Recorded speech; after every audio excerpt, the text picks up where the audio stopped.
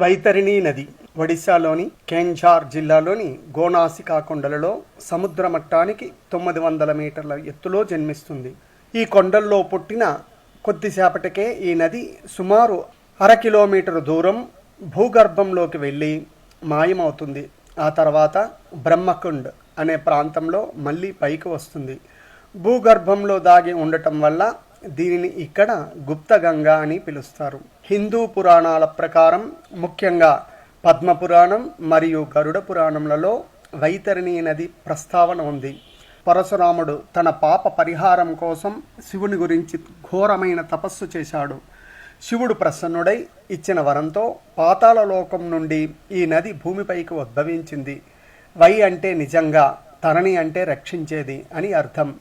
యమలోక వైతరిణి నది గరుడ పురాణం ప్రకారం భూలోకానికి యమలోకానికి మధ్య 100 యోజనాల వెడల్పు గల ఒక భయంకరమైన వైతరిణి నది ఉంటుంది.